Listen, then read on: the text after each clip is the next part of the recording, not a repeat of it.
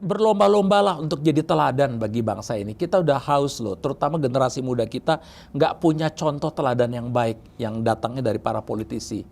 Para politisi kita, kalau mereka udah anggap politisi itu kotor semuanya, jorok semuanya, brengsek semuanya, koruptor semuanya dan sebagainya, kan sayang ya.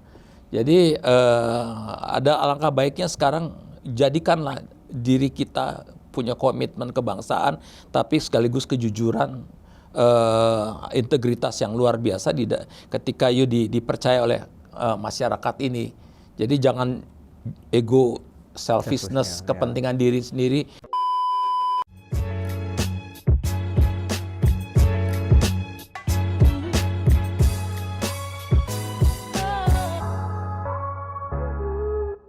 Kembali berjumpa dengan Pendeta Dr. Albertus Pati. Kali ini kita akan banyak berbicara soal momen yang saat ini sudah akan dihadapi oleh bangsa kita. Kemarin kita sudah selesai pemilihan legislatif Pak dan pemilihan presiden ya. Ya, syukurlah ya, sudah aman. Kita tidak ada masalah dan ini ya ada masalah sih pasti. Cuma kita bisa berharap ada pergantian kepemimpinan nasional. Tapi yang dalam waktu dekat juga akan ada pergantian kepemimpinan daerah. Ini serentak nih Pak ya, kali pertama ya kita serentak. Dan di beberapa daerah sudah mulai hangat-hangat, di beberapa masih adem ayem gitu ya. Tapi yang jelas tanggal 27 November nanti rakyat akan memilih pemimpin daerahnya ya, baik di tingkat kota kabupaten maupun di tingkat provinsi gitu. Pak Pati melihat bagaimana kalau melihat ini antusiasme sekarang, apakah sudah habis pas pileg dan pilpres atau masih akan ada gejolak kalau Pak Pati melihatnya? Ya, saya sih berharap nggak ada gejolak ya. Nggak ada gejolak apa. Indonesia itu pintar menutup gejolak kok. Betul. Kan gitu ya. Jadi memang saya berharap semuanya tenang-tenang, aman-aman. Betapapun kita punya sistem demokrasi kita masih belum sempurna ya. Masih seolah-olah demokrasi gitu ya. Tapi paling tidak kita ya sudahlah, berjalanlah dengan apa adanya dengan tenang. Tapi yang saya ingin kasih catatan adalah memang di dalam konteks begini, di dalam konteks pilkada ini ya, yang nanti memilih pemimpin-pemimpin daerah, ada satu hal yang sebetulnya yang saya agak sedikit sesalkan. Kita kurang punya contoh keteladanan pemimpin daerah yang oke. Gitu loh. Sedikit sekali, kalaupun ada tuh sedikit sekali ya. Dulu kita punya, mungkin kita bisa lihat Risma misalnya.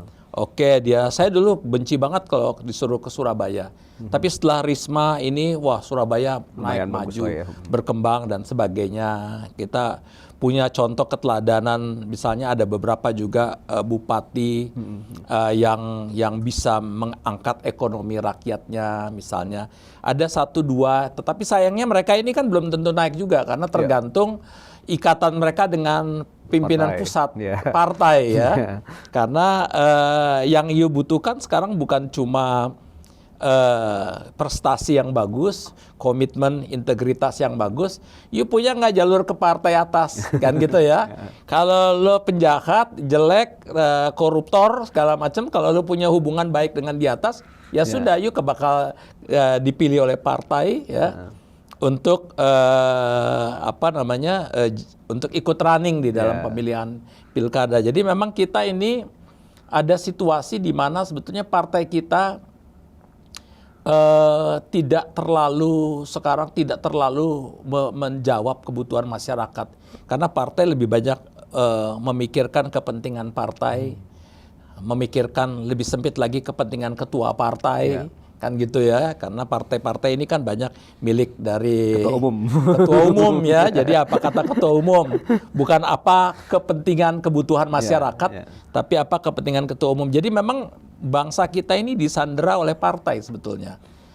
Lebih sempit lagi disandera oleh ketua umum partai, kan gitu ya. Sehingga memang keputusan untuk 300-an juta masyarakat bangsa ini sebetulnya diputuskan cuma untuk 5-6 orang ini aja, kan gitu, 6 orang yang para pemimpin, pemilik partai ini yang sekaligus pengusaha juga dan sebagainya. Itu yang kita sesalkan adalah sistem politik kita yang masih banyak bolongnya lah ya. Bahwa partai menjadi satu kekuatan yang sangat luar biasa, yang sayangnya bekerja bukan untuk kemaslahatan masyarakat, bukan untuk kebaikan masyarakat, tapi masih dalam pengertian untuk kepentingan para pemimpin-pemimpin partai atau pemimpin politik ini. Itu satu. Yang kedua adalah yang tadi yang saya sesalkan adalah kita nggak punya keteladanan di dalam pemimpin-pemimpin pilkada ini ya, maksudnya di dalam pimpinan daerah ini ya. Sehingga orang juga seperti apa namanya ya, masa bodoh siapapun yang kepilih juga sepanjang lo bisa bayar aku akan memberikan suaraku kepada kamu. Jadi masyarakat itu seperti nggak terlalu antusias juga. Siapapun yang mimpin juga gua nggak akan berubah kok. Nasibku nggak akan berubah. Jadi ada apatisme terhadap politik. Meskipun sebetulnya di dalam negara demokrasi itu kan semuanya, kita semua politik ini bagian dari tanggung jawab kita bersama. Kalau kita mengabaikannya, kita akan hancur bersama ya.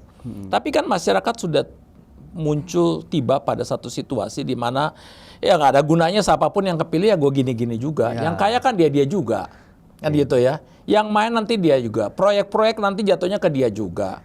Nanti bikin proyek sana sini, termasuk hilirisasi sana sini, yang untung juga 1-2 orang, masyarakat cuma terima tanah yang udah hancur-hancuran, udah berantakan, polusi sana sini, hutan yang udah hilang, kan gitu ya. Jadi memang ada apatisme di kalangan masyarakat dan itu sebetulnya kegagalan dari sistem dan budaya politik kita gitu ya.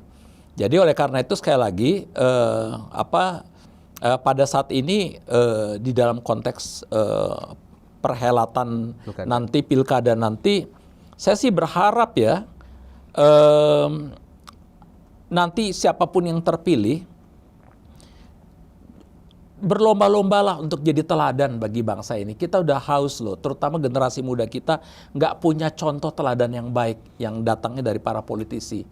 Para politisi kita kalau mereka udah anggap politisi itu kotor semuanya, jorok semuanya, brengsek semuanya, koruptor semuanya dan sebagainya, kan sayang ya. Jadi ada alangkah baiknya sekarang jadikanlah diri kita punya komitmen kebangsaan, tapi sekaligus kejujuran, integritas yang luar biasa ketika dipercaya oleh masyarakat ini. Jadi jangan ego, selfishness, kepentingan diri sendiri atau kepentingan ketua umum partai dan sebagainya yang seringkali nggak sejalan dengan kepentingan rakyat ya. Kalau kepentingannya sejalan dengan kepentingan rakyat nggak apa-apa, nggak sejalan seringkali ya, yang digolkan, tapi biarlah dia jadi pemimpin yang mengabdi bagi masyarakat gitu. Saya lihat begini, negara Ethiopia dulu negara yang paling kelaparan di dunia.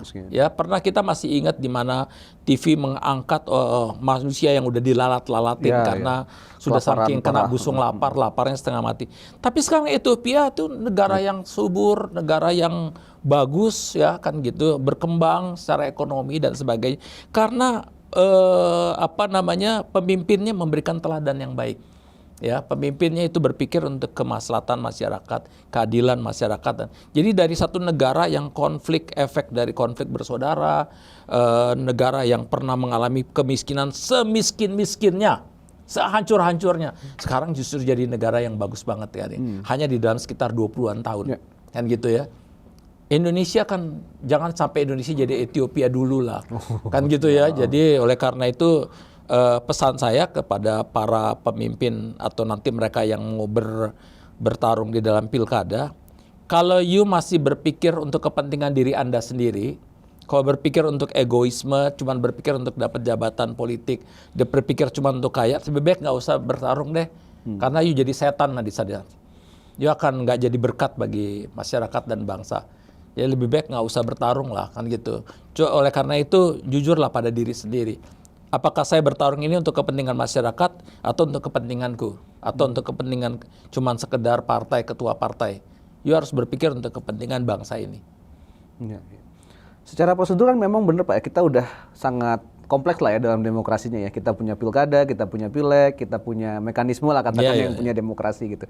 Tapi memang ada kecenderungan seperti Bapak katakan tadi ya, masyarakat sudah mulai toh juga nggak memberikan kesejahteraan pada Apatis, saya, ya. misalnya gini kan.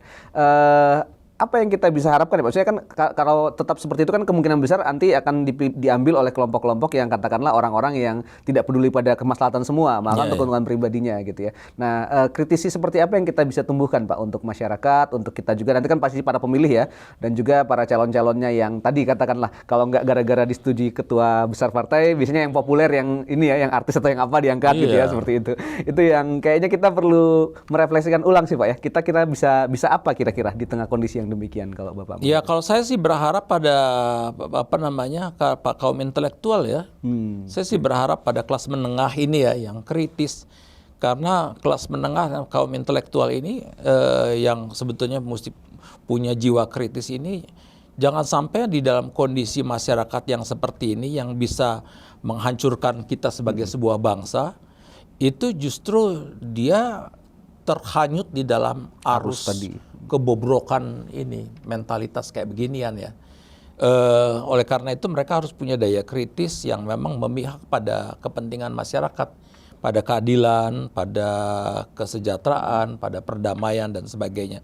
Karena sekali lagi ketika kita salah melangkah nih bangsa ya yang beragam ini, kita akan hancur bersama-sama loh. Pada akhirnya nggak ada yang diuntungkan.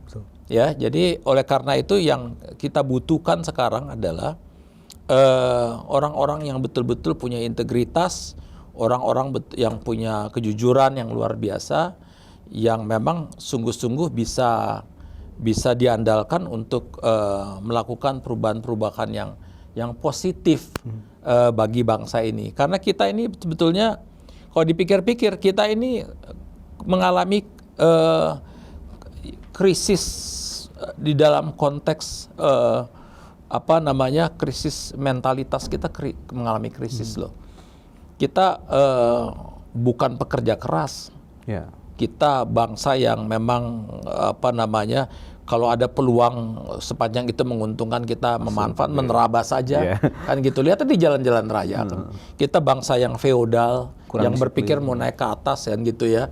Sehingga memang semua orang ingin jadi raja. Coba aja lihat di jalanan ya.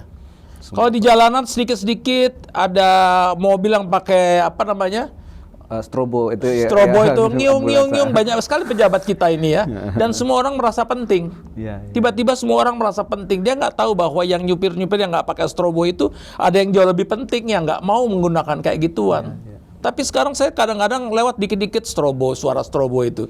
Dikit-dikit suara strobo. Di belakang saya ada strobo. Ini jangan-jangan RT pun pakai strobo gitu lah ya. Jadi feodalismenya kuat ya. Feodalismenya kuat dan nggak ada yang mau mengalah. Semuanya itu mau rebut-rebutan, panas-panasan dan sebagainya ini. Di bangsa yang memang sangat feodal sekali. Yang kita nggak punya, sampai sekarang kita belum punya keteladanan di mana ada pemimpin yang sangat rendah hati. Kalau ada pemimpin yang sangat rendah hati ya ternyata dia cuma untuk untuk kampanye dekat pada saat pemilu dan pilkada aja. Kelihatan rendah hati, kelihatannya baik banget. Ternyata itu cuma untuk gimmick-gimmick yang membuat masyarakat jadi senang dan lupa, lalu kemudian masyarakat jadi terbuai. Wah, ini pemimpin kita kok berani masuk gorong-gorong misalnya. Padahal ada TV, ada ini segala macam, itu cuma untuk gimmick-gimmick aja. Jadi ini kita mesti punya daya kritis yang luar biasa karena sebetulnya kita ngalami yang namanya krisis mentalitas yang sangat luar biasa ya. Dan nggak ada teladan. Sampai sekarang kita belum punya teladan yang sungguh-sungguh yang bisa kita. Kalau polisi kan kita punya teladan yang misalnya Pak Hugeng kan gitu ya. Tapi di luar itu kan kita nyaris nggak punya. Kalau pengusaha kita masih punya teladan lah yang namanya si William Suryajaya lah, kan gitu. Di luar itu kan kita nggak ada politisi yang jadi teladan kita sekarang. Banyakan ya ke atas ya, banyakan minta maaf aja ya garong juga semuanya kan gitu ya.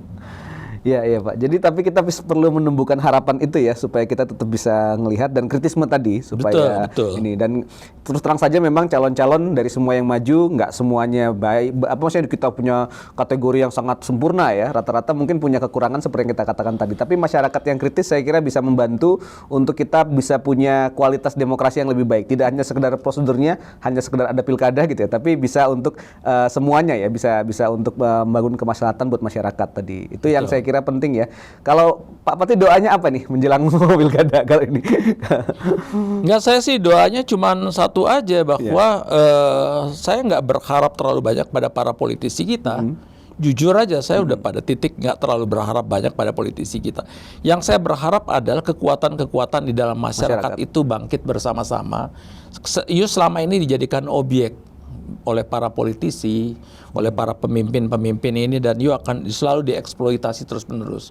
Ini udah saatnya masyarakat bangkit lah, kan gitu ya, untuk sadar. Dan di balik itu semua adalah sebenarnya para intelektual ini mulailah bergerak, kan gitu, untuk menyuarakan sikap. Dulu saya senang tuh para rektor atau pimpinan perusahaan university menyampaikan suara kritisnya, dan itu mesti terus-terusan kayak begituan, kan gitu ya. Mereka kan nggak punya kepentingan apa-apa, kan gitu ya. Jadi ya sudah, itu yang suara-suara yang kayak gitu dibutuhkan, dan mestinya para politisi itu membuka diri terhadap suara-suara seperti itu.